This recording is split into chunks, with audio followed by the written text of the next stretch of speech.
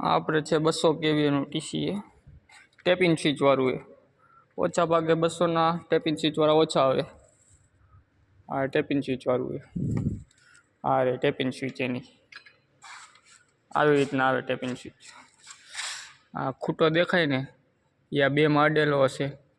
1 2 3 4 5 6 5 number સુધી આવે tapping switch 200 કેવીએનું. આ એના આઉટપુટ એ આવી રીતના પછી આમ જોઈન્ટ મારવાના આવે. આવી રીતના જોઈન્ટ મારી દેવાના.